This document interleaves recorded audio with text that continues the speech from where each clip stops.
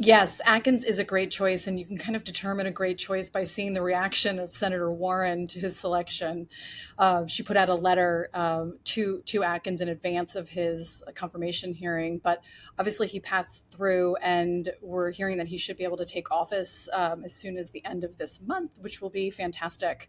I think he's a veteran in the industry. He knows and understands crypto, and he will bring that to the table. And in coming as the leader now to the SEC, it'll be great for him to combine forces with Commissioners Ueda and Peirce, because they have already, even before his confirmation, begun a transformation with regard to the treatment of those of us in the digital assets business ecosystem. They've already had a number of reach outs. Obviously, the formation of the crypto task force has been a game changer.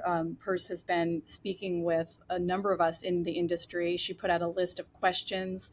I'm working with the Digital Chamber and a number of other folks to put together answers to those questions as the Crypto Task Force looks to prioritize which areas they should look to first, and what changes we think should be made to help and foster the businesses in this space, as opposed to push them offshore, which was kind of what was happening during the Gensler era with the regulation by enforcement instead of a more measured approach to regulation, which is what we are now seeing. And I think it's important to note that this is not deregulation or no regulation. It's not let's get rid of all rules. It's not that at all.